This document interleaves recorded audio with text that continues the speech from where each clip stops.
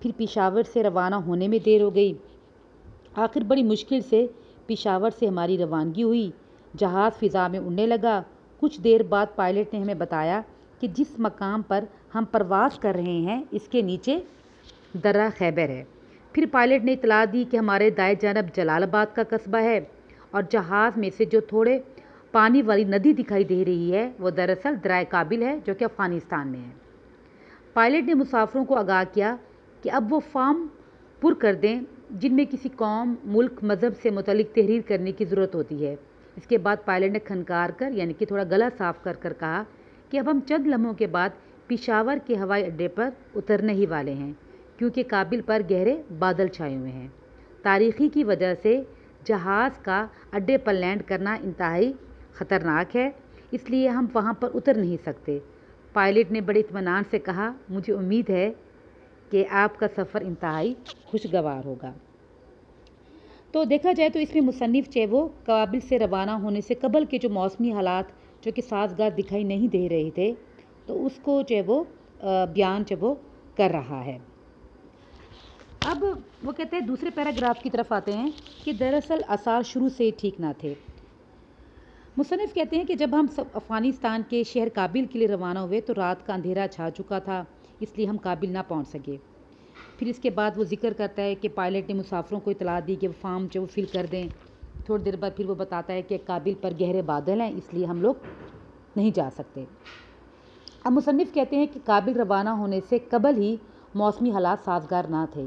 جب ان کے دوستوں کو پتہ چلا کہ میں کابل جا رہا ہوں تو انہوں نے ڈرانا اور خوف زدہ کرنا شروع کر دیا تھا کہ وہاں مت جاؤ کیونکہ سردی بہت شدید ہوتی ہے، مر جاؤ گے، اور وہاں پر جو حالات ایسے نہیں ہیں کہ تم وہ وہاں پر جو جا سکو۔ تو اس میں ایک ذکر ہوا ہے مولانا حامد علی خان اور حمید اللہ کا۔ اب یہ جو مولانا حامد علی ہیں یہ مولانا ظفر علی خان کے چھوٹے بھائی ہیں اور ذمہ دار اخبار کے مالک بھی ہیں۔ یہ پہلے کابل کی سیل کر چکے تھے۔ انہوں نے بتایا کہ وہاں دو گرم اوور کوٹ پہن کر بھی یہ محسوس ہوتا ہے کہ جیسے ہم نے گرم سوٹ نہیں بلکہ ایک باریک سا نفیس قسم کا کپڑا وہ پہنا ہوا ہے۔ اسی طرح مصنف کے ایک اور دوست ہیں حمید اختر، ان کی بھی یہ رائے تھی کہ تم جا تو رہے ہو لیکن وہاں پر بہت سردی ہے، تمہیں موٹے کپڑے ساتھ لے کر جانے چاہیے اور دخلا نما افغانی کوٹ خرید لینا چاہیے جو کہ شدید سردی میں تمہارے وہاں پر کام آئے گا، ورنہ کچھ بھی نتیجہ ہو سکتا ہے، یعنی کہ تم بیمار ہو سکتے ہو، مر سکتے ہو۔ ان دوستوں کے علاوہ کچھ اور لوگ بھی تھے جن کا ذکر کرنا یہاں پر مناسب نہیں، جو حسد کی وجہ سے میرے اس سفر سے جل بھون کر تانوں پر اتر آئے تھے اور مجھے بار بار وہ وہاں جانے کے لیے منع کر رہے تھے اور کہہ رہے تھے، بلکہ ایک دوست نے تو یہاں تک کہہ دیا کہ کیا کابل میں گدھوں کی کمی ہے جو تم نے وہاں جانے کی ٹھان لی ہے۔ خیر، مصنف کہتا ہے جتنے منہ اتنی باتیں، کیونکہ ہر شخص کی سوچ اور خیال اس کے ظرف اور حوصلے کے مطابق ہوتا ہے۔ دراصل یہ لوگ حسد کی وجہ سے وہ جلی کٹی باتیں وہ سنا رہے تھے۔ تیسرے پیراگراف کی طرف آتے ہیں۔ ایک جونا مارکیٹ جو ہم شرما شرمی میں نہیں کہ جونا مارکیٹ وہ ایک لنڈے کی مارکیٹ ہے، ورنہ کون سی جگہ ہے جہاں سے ہم نے اپنے لیے کپڑے وہ جمع نہیں کیے تھے۔ ہمیں دراصل اوور کوٹ وغیرہ درکار تھے۔ اوور کوٹ ایک لمبا سا کوٹ ہوتا ہے جو کہ انسان کو وہ سردی سے وہ بچاتا ہے، اور کوئی اونی زیر جامہ مل جاتا تو سبحان اللہ، لیکن ہماری شہرت ایسی خراب ہوئی کہ لوگ نے قیاس کیا یعنی کہ خیال کیا کہ ہم شاید فلسطین کے مہاجروں یا وہ افغانستان کے پابندوں کے لیے کپڑے وہ جمع کرنے وہ جا رہے ہیں۔ سب نے اپنے پھٹے ہوئے گھسے ہوئے کپڑے ہمارے سر منڈانے کی کوشش کی۔ وہ جانتے تھے کہ اگر واپس دے گا تو ڈرائی کلین کرا کے دے گا، نہ دے گا تو ہماری جان وہ ان کپڑوں سے چھٹ جائے گی۔ دونوں صورتوں میں نقصان وہ اسی شخص کا ہے۔ اوور کوٹ ہمارے پاس دو ہو گئے، ایک تو آغا جعفری کا عطیہ، اتنا خوبصورت اور دیدہ زیب کہ پہنے کو جی نہ چاہے، دوسرا حبیب اللہ شباب کا جو شاید انہوں نے قطب شمالی کی مہم کے لیے بنوایا تھا، کیونکہ ہم نے اسے پہنا تو بوجھ کے مارے زمین پر بیٹھ گئے۔ دو آدمیوں نے ہماری باہوں پہ ہاتھ ڈال کر ہمیں دوبارہ کھڑا کیا اور پھر اسے پہن کر ہم بالکل برفانی ریچھ معلوم ہوتے تھے، بس رنگ کا فرق تھا، کیونکہ برفانی ریچھ غالباً سفید ہوتا ہے۔ کلا و دستار ہم سر پر نہیں رکھتے، لیکن اس خاص موقع کے لیے ایک فلیٹ خریدی، اس کا الٹا سیدھا معلوم کیا، لومڑی کی کھال کے دستانے کے لیے گلے میں کانگڑی ڈالنے کا بھی خیال تھا، لیکن وہ کشمیر کی خاص چیز ہے جو کراچی میں نہیں ملتی۔ اب اس میں مصنف نے جونا مارکیٹ کا جو وہ ذکر کیا ہے۔ اب جونا مارکیٹ جو ہے وہ ایک ایسی مارکیٹ ہے جہاں پر جو وہ کپڑے سستے ملتے ہیں، لنڈے کے کپڑے ملتے ہیں۔ وہ کہتے ہیں چلو دوستوں کی نصیحت کے مطابق ہم نے گرم اور موٹے کپڑوں کی خریداری کے لیے کراچی کے مختلف بازاروں کے چکر لگانا شروع کر دیا، سوائے جونا مارکیٹ کے۔ جونا مارکیٹ کراچی کی قدیم اور مشہور و معروف لنڈا مارکیٹ ہے، جس میں سستے داموں سیکنڈ ہینڈ کپڑے اور دیگر چیزیں مل جاتی ہیں۔ ہم شرم کی وجہ سے مصنف کہتے ہیں کہ اس مارکیٹ میں نہ گئے کہ اگر لوگوں نے لنڈے کی چیزیں خریدتے ہوئے دیکھ لیا تو بدنامی اور بےعزتی ہوگی، ورنہ کراچی میں کون سی ایسی جگہ ہے جہاں سے ہم نے اپنے لیے کپڑے وغیرہ نہیں لیے ہوں۔ مصنف بتاتا ہے کہ ہمیں اپنے لیے دوستوں کی نصیحت کے مطابق دراصل اوور کوٹ وغیرہ کی ضرورت تھی، اور اس کے علاوہ اگر گرم کپڑوں کے نیچے پہنا جانے والا گرم لباس مل جاتا تو اور بھی بہتر تھا۔ ہم کپڑوں کی تلاش میں مارے مرے پھرتے رہے، دوستوں سے بھی مشورے لیے تھے، جس کی وجہ سے ہماری شہرت ایسی خراب ہوئی کہ لوگ یہ سمجھے کہ ہم فلسطین کے مہاجروں کو عطیہ دینے کے لیے اتنی زیادہ تعداد میں گرم کپڑے جمع کر رہے ہیں، یا پھر جب وہ افغان خانہ بدوش جو شدید سردیوں کے موسم میں سرحد عبور کر کے پاکستان آ جاتے ہیں، ان کے لیے جو وہ کپڑے اکٹھے کر رہے ہیں۔ نتیجن سب دوستوں اور جاننے والوں نے گھروں میں موجود گھسے ہوئے اور پھٹے ہوئے پرانے کپڑے زبردستی وہ ٹھوسنے کی کوشش کی۔ اب وہ تمام وہ سامان سے لیس ہو کر دم تحریر ہم پشاور پہ پڑے ہیں۔ یہ ڈین ہوٹل کا کمرہ نمبر 47 ہے۔ آتش دان میں آگ دہک رہی تھی۔ جس طرح ہمارے گاؤں کے فتح الدین درزی نے کراچی میں F Dean and since tailors and outfitter کے نام سے اپنی دکان لگائی اور چمکائی ہے، اس سے ہم سمجھتے ہیں کہ ڈین ہوٹل بھی کسی احمد دین یا نور دین کا ہوگا، لیکن ہوٹل کا نقشہ بتاتا ہے کہ واقعی کسی انگریز بہادر کی ملکیت رہا ہے۔ لان کشادہ، احاطہ کشادہ، کمرے کشادہ، ہر چیز کشادہ ہے سوائے مالکوں کے دل کے، کیونکہ ہمارے کمرے میں جا بجا غالیچوں کے ان قطریں پڑی ہیں۔ ٹھنڈے کمرے کے فرش پر ان پر پاؤں رکھتے ہوئے یوں گزرنا پڑتا ہے جیسے کیچڑ میں پڑی ہوئی اینٹوں پر بچتے بچاتے قدم رکھتے ہوئے چلتے ہیں۔ لاؤنج کے قالین بھی گھسے بٹے ہیں اور عظمت رفتہ کی کہانی کہہ رہے ہیں۔ جدید ہوٹلوں کسی نہ ان میں شان ہے نہ آزائش، اپنے عمر تباہی میں کہ کچھ ہنس کر گزار چکا ہے اور کچھ رو کر۔ اب مصنف بتا رہے ہیں کہ جب میں کابل روانہ ہوا تو اس سے پہلے لوگوں نے وہ ڈرانا شروع کر دیا کہ موسمی حالات صحیح نہیں ہیں، وہاں بارش بہت زیادہ ہوتی ہے، سردی بہت ہے، تم مت جاؤ۔ خیر سب کچھ وہ کہتے ہیں کہ میں شاپنگ کر خرید کر تمام سامان لے کر وہ پشاور کے ڈین ہوٹل کے کمرے نمبر 47 میں پڑا ہوں۔ اب اس میں مصنف نے اس کمرے کا تھوڑا نقشہ کھینچا ہے۔ وہ کہتے ہیں کہ شدید سردی کی شدت کو کم کرنے کے لیے انگیٹھی میں آگ دہک رہی تھی۔ اب وہ طنز و مزاح کے پیرامے بتاتے ہیں کہ جس طرح ہمارے گاؤں کے فتح دین درزی نے کراچی میں جب F Dean and since tailors کے نام سے ایک دکان کھولی تھی اور پھر بعد میں خوب وہ ترقی کی، اسی طرح ہم بھی یہ سمجھتے رہے کہ ڈین ہوٹل بھی کسی احمد دین یا نور دین کا ہوگا، لیکن جب ہوٹل کی وضاحت دیکھی، اس کی سجاوٹ دیکھی تو لگتا ہے یہ کسی انگریز بہادر کی ملکیت رہا ہے۔ دراصل برصغیر میں انگریز جب آئے تو وہ اپنے ساتھ اپنی تعلیم اور تہذیب و تمدن وغیرہ بھی لے کے ہے، اور ساتھ ہی برصغیر کے خانگی نظام کی جگہ ریسٹورنٹ اور ہوٹل کا نظام بھی یہی انگریز لوگ لے کر آئے تھے۔